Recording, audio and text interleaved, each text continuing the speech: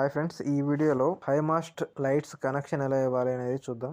మనం జనరల్ గా చూస్తూనే ఉంటాం. హై మాస్ట్ ల్యాంప్స్ అనేవి హైవేస్ లో కావచ్చు, లేదంటే 4 రోడ్ల జంక్షన్ లో కావచ్చు, వీటి మధ్యలో మనం హై మాస్ట్ ల్యాంప్స్ ని ఎక్కువగా చూస్తుంటాం. చాలా హైట్ లో ఉంటాయి పోల్ అనేది. సో ఇలాంటి ప్లేసుల్లో మనం హై మాస్ట్ ఎక్కువగా చూస్తూ ఉంటాం. అదే విధంగా కంపెనీలో కూడా high mast lamps, high mast lights ని యూజ్ చేస్తూ ఉంటారు. సో హై మాస్ట్ లైట్స్ కి కనెక్షన్ ఎలా ఇవ్వాలి, అలాగే దాని కంట్రోల్ సర్క్యూట్ ఎలా ఉంటుంది అనేది ఒకసారి చూద్దాం. సో ఈ హై మాస్ట్ అనేవి ఎక్కువగా చాలా హైట్ లో ఉంటాయి కాబట్టి ఏదైనా రిపేర్ వచ్చినా, లేదంటే ఏదైనా ప్రాబ్లం వచ్చి సర్వీస్ చేయాలన్నా కూడా అంత హైట్ లో వెళ్ళి సర్వీస్ చేయడానికి ఇబ్బందిగా ఉంటుంది. కాబట్టి కింద బాటమ్ లో ఒక పోల్ కే బాటమ్ లో ఒక గేర్ బాక్స్ మరియు ఒక మోటార్ అనేది సెట్ చేసి ఉంటుంది. ఈ మోటార్ కంట్రోల్ చేయడం వల్ల ఆ లైట్స్ అనేవి ఆ పై నుంచి కిందకి రోప్స్ సహాయంతో కిందకైతే రావడం జరుగుతుంది.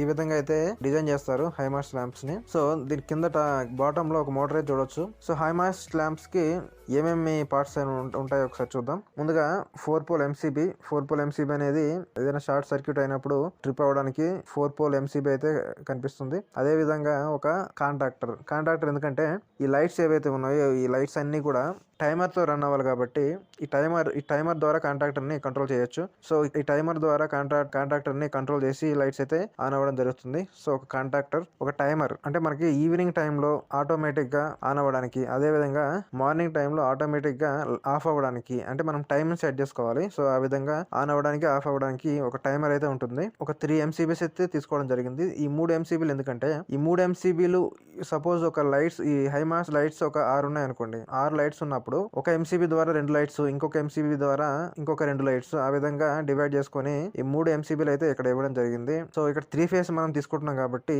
ఒక్కొక్క ఫేస్ కి 2 లైట్స్ ద్వారా కంట్రోల్ చేయడానికి ఈ విధంగా ఒక 3 ఎంసీబీలు అయితే సపరేట్ గా తీసుకోవడం జరిగింది. సో అదే విధంగా ఒక రోటరీ స్విచ్ అయితే ఉంది, అంటే సెలెక్టర్ స్విచ్ అనమాట. ఈ సెలెక్టర్ స్విచ్ ఎందుకంటే ఆటోమేటిక్ గా, అంటే టైమర్ ద్వారా ఆటోమేటిక్ గా ఆన్ అవ్వాలంటే ఆటో మోడ్ లో, లేదంటే మాన్యువల్ గా మనం డైరెక్ట్ గా ఆన్ చేసుకోవాలనుకుంటే మాన్యువల్ మోడ్ లో డైరెక్ట్ గా ఆన్ చేసుకోవడానికి ఈ 2 ఆప్షన్ల ద్వారా మనం కంట్రోల్ చేసుకోవచ్చు. సో దీనికోసం మనం ఇక్కడ సెలెక్టర్ స్విచ్ అయితే తీసుకున్నాం, ఆటో మోడ్ మరియు మాన్యువల్ మోడ్ కోసం. సో అదే విధంగా వీటిని కంట్రోల్ చేయడానికి, అంటే ఏవైతే ఈ టైమర్ మరియు ఈ కాంటాక్టర్ ని, టైమర్ని, వీటిని కంట్రోల్ చేయడానికి ఒక సేఫ్టీ పర్పస్ లో ఒక సింగిల్ పోల్ ఎంసీబీ అయితే తీసుకోవడం జరిగింది. ఇందాక చెప్పుకున్న ప్రకారంగా కింద వైపున బాటమ్ లో ఒక మోటార్ ఉంటుంది అని చెప్పుకున్నాం కాబట్టి ఈ మోటార్ ఏదైతే ఉందో ఈ మోటార్ ని కంట్రోల్ చేయడానికి, ఈ మోటార్ జనరల్ గా లైట్ లైన్ కూడా పైకి వెళ్ళడానికి మరియు కిందకి వెళ్ళడానికి అంటే రివర్స్ ఫార్వర్డ్ కనెక్షన్ అయితే ఇవ్వాల్సి ఉంటుంది. కాబట్టి ఈ మోటార్ కి సంబంధించి ఒక 2 కాంటాక్టర్లు తీసుకోవడం జరిగింది. ఈ 2 కాంటాక్టర్లు ప్లస్ దీనికి కంట్రోల్ చేయడానికి పుష్ బటన్స్ అయితే 3 తీసుకోవడం జరిగింది. ఒక స్టాప్ పుష్ బటన్ మరియు రివర్స్ పుష్ బటన్ మరియు ఫార్వర్డ్ పుష్ బటన్ అయితే 3 పుష్ బటన్లు అయితే ఇవ్వడం జరిగింది. ఈ మోటార్ ని కంట్రోల్ చేయడానికి ఈ పుష్ బటన్ల ద్వారా కాంట్రాక్టర్లని, అదే విధంగా కాంట్రాక్టర్ల ద్వారా మోటార్ ని కంట్రోల్ చేయడానికి 3 పుష్ బటన్లు అయితే తీసుకోవడం జరిగింది. సో ఇవైతే ప్రధానమైనటువంటి పార్ట్స్, ఇవి హై మాస్ట్ సంబంధించినటువంటి ప్యానెల్ లో. సో కనెక్షన్ ఎలా ఉంటుంది అనేది చూద్దాం. 4 పోల్ ఎంసీబీ ఏదైతే ఉంది, 4 పోల్ ఎంసీబీకి RYB అని 3 ఫేస్లు అయితే రావడం జరిగింది. ఈ 3 ఫేస్లు ప్లస్ ఒక న్యూట్రల్ అయితే రావడం జరిగింది. ఈ న్యూట్రల్ అనేది అన్నిటికీ ఉపయోగపడుతుంది. లైట్ల దగ్గర నుంచి ఒక టైమర్ కావచ్చు, లేదంటే లైట్స్ కావచ్చు, లేదంటే కాంట్రాక్టర్లు కావచ్చు, అన్నిటికీ కూడా న్యూట్రల్ ఉపయోగపడుతుంది కాబట్టి న్యూట్రల్ కూడా తీసుకోవడం జరిగింది. సో 3 ఫేస్ మరియు న్యూట్రల్ అయితే రావడం జరిగింది. అవుట్పుట్ లో ఎంసీబీ ఏదైతే ఉంది, 4 పోల్ ఎంసీబీ అవుట్పుట్ నుంచి డైరెక్ట్ గా ఈ 3 కాంట్రాక్టర్లు ఏవైతే ఉన్నాయో ఈ 3 కాంట్రాక్టర్లకి ప్యారలల్ గా ఈ 3 ఫేస్లని తీసుకోవడం జరిగింది. అదే విధంగా ఈ న్యూట్రల్ అనేది అవుట్పుట్ నుంచి, ఎంసీబీ అవుట్పుట్ నుండి 4 పోల్ ఎంసీబీ ఏదైతే ఉందో ఆ ఎంసీబీ అవుట్పుట్ నుండి డైరెక్ట్ గా న్యూట్రల్ అనేది అన్నిటికీ హై మాస్ట్ ల్యాంప్స్ ఏవైతే ఉన్నాయో ఈ ల్యాంప్స్ దగ్గర నుండి టైమర్, ఈ కాంట్రాక్టర్స్ కావచ్చు, వీటన్నిటికీ న్యూట్రల్ అనేది కామన్ గా తీసుకున్నాం. సో ముందుగా ఆ హై మాస్ట్ లైట్స్ ఉన్నాయో ఆ లైట్స్ ని ఎలా కంట్రోల్ చేయాలనేది కంట్రోల్ సర్క్యూట్ అయితే చూద్దాం ఒకసారి. సో ఇక్కడ లైట్స్ కి సంబంధించినటువంటి కాంట్రాక్టర్ ఏదైతే ఉందో ఈ కాంట్రాక్టర్ నుంచి అవుట్పుట్ నుండి ఆల్రెడీ ఇన్పుట్ కి RYB 3 ఫేస్ ఇచ్చేసాం కాబట్టి లైట్స్ అన్నిటికీ న్యూట్రల్ వెళ్ళిపోయింది కాబట్టి ఫేస్ మాత్రం వెళ్ళాలి. కాబట్టి ఇప్పుడు మనం RYB కింద నుంచి RYB తీసుకున్నాం. RYB తీసుకున్న తర్వాత ఈ కాంట్రాక్టర్ ఇన్పుట్ కి అయితే RYB తీసుకున్నాం. అవుట్పుట్ నుంచి RYB అనేది ఈ సింగిల్ పోల్ ఎంసీబీలు ఏవైతే ఉన్నాయి 3 ఎంసీబీలకి డైరెక్ట్ గా సపరేట్ గా ఒక రెడ్ ఫేస్ ఒకటి, ఎల్లో ఫేస్ ఒకటి, అదే విధంగా బ్లూ ఫేస్ ఒకటి, 3 ఫేస్లని సపరేట్ గా తీసుకోవడం అయితే జరిగింది. సో ఈ 3 ఫేసుల నుండి, ఈ 3 ఎంసీబీల నుండి డైరెక్ట్ గా అవుట్పుట్ నుండి డైరెక్ట్ గా ఈ లైట్స్ కి అయితే వెళ్ళిపోయాయి. ఎప్పుడైతే ఈ కాంట్రాక్టర్ ఆన్ అవుతుందో ఆటోమేటిక్ గా ఈ లైట్స్ అనేవి వెలగడం జరుగుతుంది. సో ఈ కాంట్రాక్టర్ ఆన్ అవ్వాలంటే ఏం చేయాలి? కాంట్రాక్టర్ ఆన్ అవ్వాలంటే టైమర్ ద్వారా ఆన్ చేయాలి.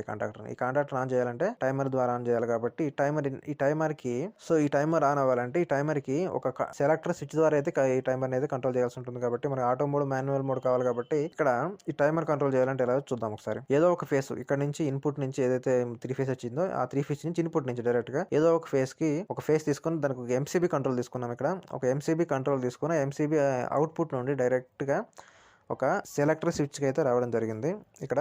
సో సెలెక్టర్ స్విచ్ ఇచ్చిన తర్వాత ఇన్పుట్లో అయితే సెలెక్టర్ స్విచ్ ఇన్పుట్లో అయితే ఫేస్ ఇచ్చాము. ఇచ్చిన తర్వాత అవుట్పుట్లో ఆటో మోడ్ మరియు మాన్యువల్ మోడ్ అనేది 2 వైర్లు అయితే తీసుకున్నాము.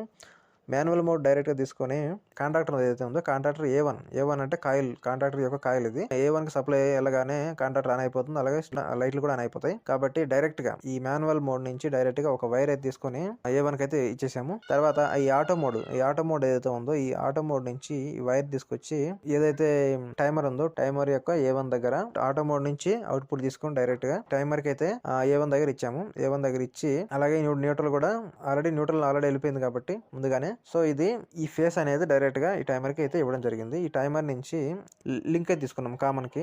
ఫేస్ నుండి డైరెక్ట్ గా కామన్ కి అయితే లింక్ తీసుకున్నాం. ఈ కామన్ ఎప్పుడైతే టైమర్ ఆన్ అవుతుందో కామన్ నుండి డైరెక్ట్ గా ఎన్ఓ కి సప్లై అయితే వెళ్తుంది. కాబట్టి కామన్ కి లింక్ తీసుకున్నాము. ఈ కామన్ పక్కన ఏదైతే ఎన్ఓ ఉందో ఎన్ఓ అవుట్పుట్ అది ఎప్పుడైతే టైమర్ అవుట్పుట్ నుంచి డైరెక్ట్ గా A1 కి ఇందాక మాన్యువల్ మోడ్ లో ఇచ్చినటువంటి వైర్ ఏదైతే ఉందో దానికి ప్యారలల్ గా ఈ ఎన్ఓ నుంచి వచ్చిన వైర్ అయితే డైరెక్ట్ గా తీసుకోవడం వల్ల ఏమవుతుందంటే ఎప్పుడైతే టైమర్ ఆన్ అవుతుందో టైమర్ ఆన్ అవ్వగానే ఆటోమేటిక్ గా ఈ ఎన్ఓ సప్లై నుంచి డైరెక్ట్ గా టైమర్ యొక్క అవుట్పుట్ నుంచి ఫేస్ అనేది A1 కి వెళ్తుంది. A1 కి వెళ్ళగానే కాంట్రాక్టర్ ఆన్ అవుతుంది, స్ట్రీట్ లైట్లు ఆన్ అవుతాయి. ఎప్పుడైతే టైమింగ్ అయితే సెట్ చేస్తామో ఇప్పుడు సపోజ్ ఒక మార్నింగ్ 5:30 ఆర్ 6:30కి లైట్స్ ఆటోమేటిక్ గా ఆఫ్ అయిపోవాలి అనేటట్టుగా మనం టైమర్ అయితే సెట్ చేసామనుకోండి, కామన్ నుండి ఈ ఎన్ఓకి సప్లై అనేది వెళ్లకుండా ఆటోమేటిక్ గా ఆగిపోతుంది. ఎప్పుడైతే ఈవినింగ్ 6 ఆర్ 6:30కి ఆన్ అవ్వాలని మనం టైం అయితే సెట్ చేస్తామో అప్పుడు టైం సెట్ చేయగానే ఆ టైం అవ్వగానే ఆటోమేటిక్ గా ఈ కామన్ దగ్గర ఉన్నటువంటి సప్లై ఏదైతే ఉందో ఆ ఎన్ఓ దగ్గరికి సప్లై వెళ్తుంది. ఎన్ఓ దగ్గరికి వెళ్ళగానే ఆటోమేటిక్ గా కాంట్రాక్టర్ అనేది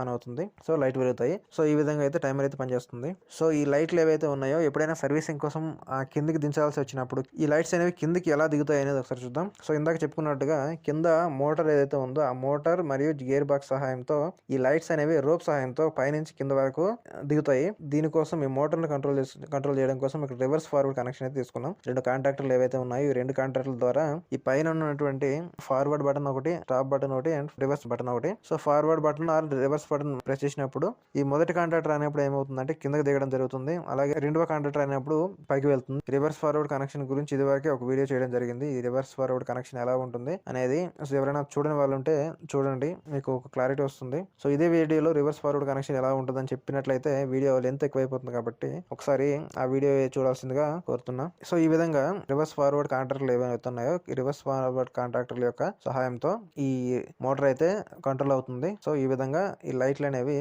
పైకి మరియు కిందకి రావడం అయితే జరుగుతుంది. అంతేకాకుండా ఈ మోటార్ ఏదైతే ఉందో ఈ మోటార్ ఎప్పుడైనా ప్రాబ్లం వచ్చినప్పుడు కానీ ఎప్పుడైనా మోటార్ని రిమూవ్ చేసినప్పుడు కానీ మాన్యువల్ గా అంటే చేతితో తిప్పుకునే విధంగా కూడా ఇక్కడ ఆ గేర్ బాక్స్ ని చేతితో తిప్పుకునే విధంగా కూడా ఇక్కడ సెట్ చేయడం అయితే జరుగుతుంది ఈ హైమాస్ట్ ల్యాంప్ లో. సో ఈ విధంగా అయితే హైమాస్ట్ ల్యాంప్స్ అనేది కనెక్షన్ అయితే ఈ విధంగా ఉంటుంది. సో వీడియో నచ్చితే లైక్ చేయండి, అదేవిధంగా వీడియో యూస్ఫుల్ గా అనిపిస్తే మాత్రం సబ్స్క్రైబ్ చేసుకోండి.